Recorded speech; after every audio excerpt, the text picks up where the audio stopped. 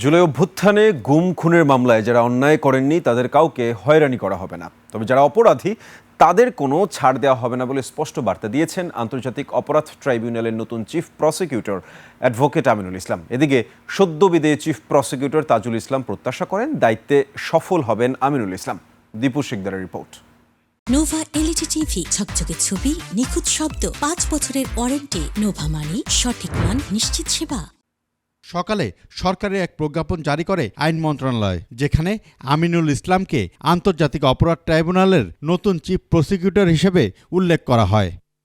দুপুরে দায়িত্ব গ্রহণ করতে অন্য সহকর্মীদের নিয়ে ট্রাইব্যুনালে আসেন আমিনুল ইসলাম। এরপর নিয়ম অনুযায়ী আনুষ্ঠানিকতা শেষ করে কথা বলেন সাংবাদিকদের সঙ্গে। জানান, বিগত সময়ের তুলনায় ট্রাইব্যুনালে কাজের গতি আরও বাড়বে। আমি সম্পূর্ণরূপে চেষ্টা করব যে আমাদের জুলাই শহীদদের আকাঙ্ক্ষার অনুযায়ী যাতে আমি ট্রাইব্যুনালে আমার বিচার কার্যে আন্তরিক সহযোগিতা করতে পারি।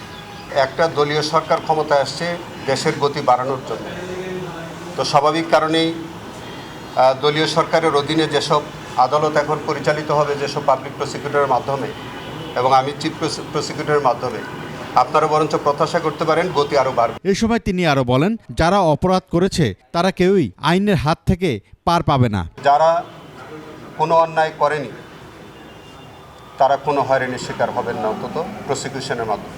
একটা ক্লিয়ার মেসেজ আমি দিতে চাই যে যারা অপরাধী তাদের প্রাপ্য সাজা তারা পেতে হবে।